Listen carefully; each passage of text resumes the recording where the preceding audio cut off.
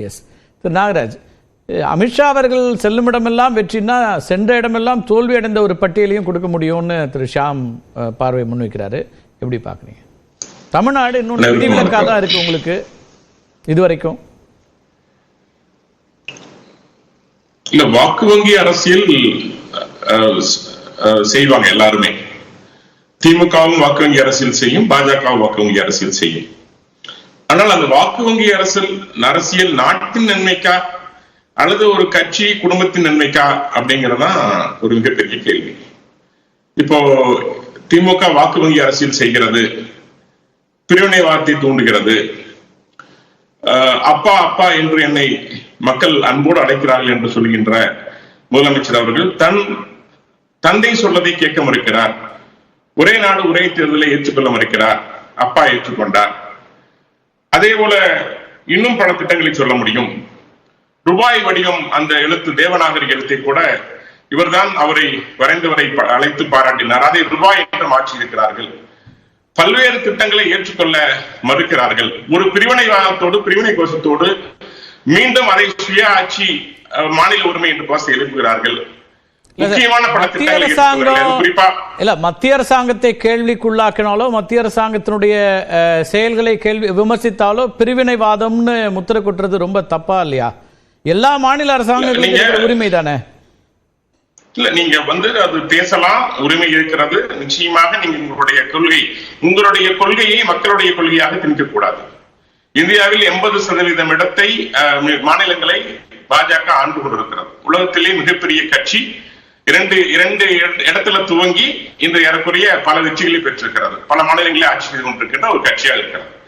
இன்றைக்கு நீங்கள் பல்வேறு கொள்கைகளை, திட்டங்களை ஏற்றுக்கொள்ள மறுக்கிறீர்கள். ஆர்டிகல் 370 இருந்து, முத்தலாக்கு தடை சட்டத்திலிருந்து, இன்னும் சொல்ல போனா விஸ்வகர்மா என்கிற திட்டம், அது உண்மையிலேயே பெண்களுக்கு ஒரு வாழ்க்கையை கொடுக்கக்கூடிய திட்டமாக இருக்கிறது.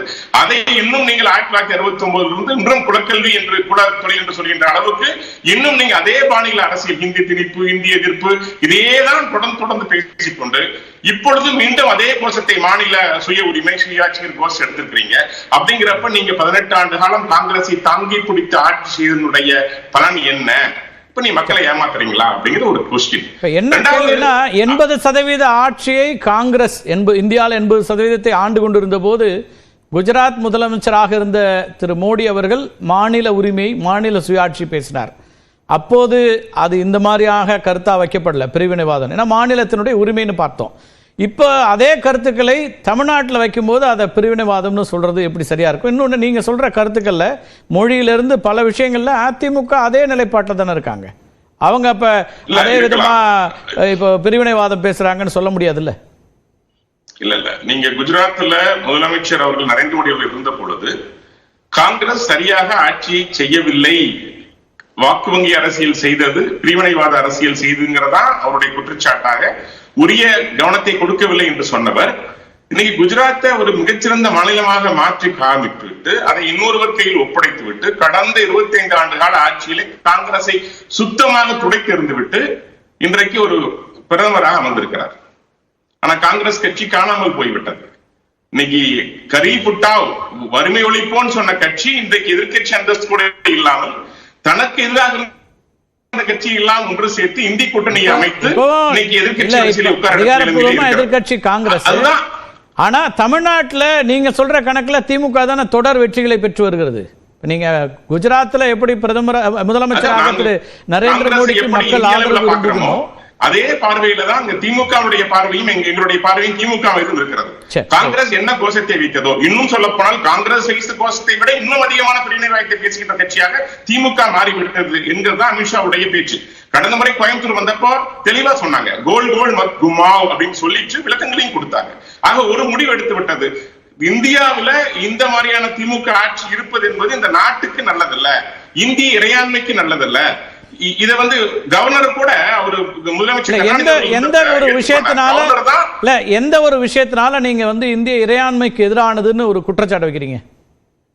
இல்ல, நீங்க பிரிவினைவாதங்கள் அப்படிங்கிற ஏங்கல்ல நீங்க எதை பிரிவினைவாதம் சொல்றீங்க? 25க்கு மேற்பட்ட இல்ல நீங்க ஆர்டிகல் 370 இப்போ சிஏஏ எடுத்தாங்க. இன்னைக்கு சிஏஏ 2 வருஷம் ஆச்சு. எந்த முஸ்லீம் பாதிக்கப்பட்டாங்க? நடைமுறைக்கு வந்துருச்சா சிஏஏ? இல்ல சார், சிஏஏ இந்தியால நடைமுறைப்படுத்தப்பட்டிருக்குதா? ஒரு இடத்துல தானே நடைமுறைப்படுத்திருக்கு, இல்ல இந்தியா முழுக்க நடைமுறைப்படுத்தப்பட்டிருக்கா? சரி, எங்க பண்ணனாலும் எந்த இடத்துல இஸ்லாமியர்களுக்கு பாதிப்புங்கிறத எங்களோட கேள்வி. எந்த இஸ்லாமியர்கள் பாதிக்கப்பட்டு விட்டார்கள்?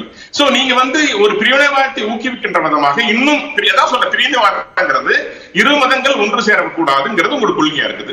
சாதி ரீதியாக ஒன்று சேரக்கூடாது, இன ரீதியாக ஒன்று சேரக்கூடாது, வடக்கு தெற்கு பிரிந்தே இருக்க வேண்டும், மொழி ரீதியாக ஒன்று சேரக்கூடாது, மும்மொழி கொள்கை ஏற்க மறுக்கிறீர்கள். தமிழர் ஒடிசாவுடைய முதலமைச்சராக வரலாமான்னு கேட்டதை எந்த வாதத்துல சேர்க்கிறது?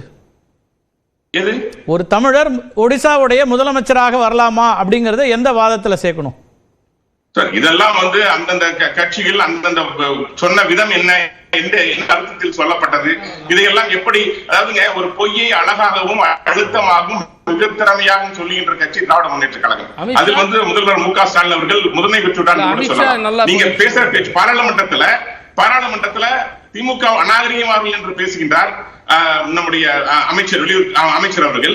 உடனடியா அது ஸ்டாலின் அவர்கள் என்ன சொல்றாரு, தமிழர்கள் அநாகரிகமாவர்கள் என்று சொல்லிவிட்டார்னு அப்படியே இந்த பொய்யை மடமாற்றம் செய்து இங்க விஷவதியை விதைக்கின்றார். இதுதான் இங்க பிரிவினைவாதம் சொல்றேன். ஒவ்வொரு பேச்சிலும் ஒவ்வொரு வார்த்தையிலும் பிரிவினைவாதம், ஒவ்வொரு பேச்சிலும் வார்த்தையிலும் பிரிவினைவாதம். உங்களுக்கு அந்த வார்த்தை மேல மிகப்பெரிய ஈடுபாடு இருக்கு, தொடர்ச்சியா அதான் வச்சுட்டீங்க. நம்ம பேசலாம். முதல் கட்ட கருத்தை அதை எடுத்துக்கிறேன். உண்மையும் கூடாது, ஆணித்தரமா உண்மையை சொல்லிடலாம். இல்ல, இங்க தொடர்ச்சியாக வெவ்வேறு மாநிலங்களில் கிடைத்த வெற்றியை தமிழ்நாட்டிலும் பெறுவோம் அப்படிங்கிறது தான் பிஜேபி முன்வைக்கக்கூடியதா இருக்கு. பொதுவாக ஒரு அரசியல் கட்சி முயற்சிப்பதும் அது பயணிப்பதும் பற்றி நாங்கள் தவறாக எதுவும் எடுத்துக்கல. ஒரு அரசியல் கட்சி தங்களுடைய வெற்றிக்காக உழைப்பதோ அவர்கள் தொண்டர்களை உற்சாகப்படுத்துவதோ என்பதோ பொதுவான ஒரு விஷயமாக பார்க்கலாம். பாஜக பேசுவது என்பது ஒரு புதிய கட்சி அல்ல, நீண்ட காலமாக இருக்கிறது என்று அவர்களே சொன்னதைப் போல 2 MP சீட்டில் தொடங்கி இன்றைக்கி ஆட்சி அமைத்திருக்கிறோம் என்று சொல்கிற அளவுக்கு வளர்ந்து இருக்கக்கூடிய கட்சி.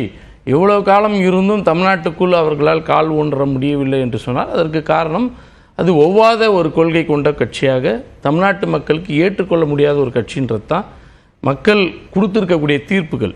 எனவே அவங்க தனித்து ஒரு கூட்டணி அமைத்து இங்க வாக்குகளை பெறுகிறோம், இந்த தேர்தல் இன்னும் கூடுதலான வெற்றியை பெற முடியுங்கிறாரு. இப்போ அதிமுக கூட்டணி அப்படின்னு வரும்போது அந்த கூட்டணி சமபலமாக இருக்குன்னு ஷியாம் ஃபீல் பண்றாரு. அதான் அதிமுக தனியாக நின்றிருந்தால் கூட திமுகவோடு போட்டி போடுவதற்கே ஒரு சிரமமான சூழல் தான் இன்றைக்கு தமிழ்நாட்டில் இருந்து கொண்டு இருக்கிறது. ஏனென்றால் திமுகவினுடைய தலைவர், தமிழ்நாட்டின் முதலமைச்சர் இதுவரையில் செய்து கொண்டிருக்கக்கூடிய திட்டங்கள் எல்லாம் தமிழ்நாட்டில் உள்ள ஒவ்வொரு வீட்டிற்கும் சென்று சேர்ந்திருக்கக்கூடிய திட்டங்களாக இருக்கிறது. ஒவ்வொரு மாவட்டத்திற்கும் சென்று சேர்ந்திருக்கக்கூடியதாக இருக்குது. ஒவ்வொரு ஊருக்கும் சென்று சேர்ந்திருக்கிறது. ஒவ்வொரு தொகுதிக்கும் திட்டங்கள் வகுக்கப்பட்டிருக்கு. ஒவ்வொரு துறையிலும் திட்டங்கள் வகுத்து தந்திருக்கிறது. இது ஒரு பக்கம். ஒரு அரசினுடைய நிர்வாகத்தின் மாநிலத்தின் உரிமையை பாதுகாக்கக்கூடிய வகையில் பல விஷயங்கள் நடந்திருக்கு, நமக்கு எல்லாருக்கும் தெரியும். சமீபத்தில் வந்திருக்கக்கூடிய அந்த தீர்ப்புகள் மிகப்பெரிய ஒரு அதிர்வை கொடுத்துருக்குது. பிற மாநிலங்களை பின்பற்றக்கூடிய அளவிற்கோ அதை பற்றி பாராட்டக்கூடிய அளவுக்கு இருக்குது. அதே போல் இருமொழி கொள்கை சார்ந்த விஷயமாக இருந்தாலும் உறுதியாக திமுக போராடுகிறது. அதை பற்றி இன்றைக்கும் என்ன நிலைப்பாடு இருக்கோ, அண்ணா எடுத்த நிலைப்பாடு இன்ன வரைக்கும் தொடர்றோன்றத ஸ்ட்ராங்காக இருக்கும். கல்விக்கும் சுகாதாரத்திற்கும் தொடர்ந்து பல திட்டங்களை வழங்கி கொண்டு இருக்கிறது. இது எல்லாம் என்னன்னா ஒரு அரசோட திட்டத்தினுடைய அளவுகோலை காட்டுது. மத்திய அரசாங்கத்தோடு எல்லா விதத்திலும் முரண்படுறீங்க, அல்லது மாநில நலன்னு சொல்லி நீங்க பேசக்கூடியது அத்தனையும் பிரிவினைவாதம், ஒற்றுமைக்கு எதிராக இருக்கு அப்படின்னு ஒரு விமர்சனம். அது பாஜகவினுடைய வழக்கம் போல ஒரு பேச்சு.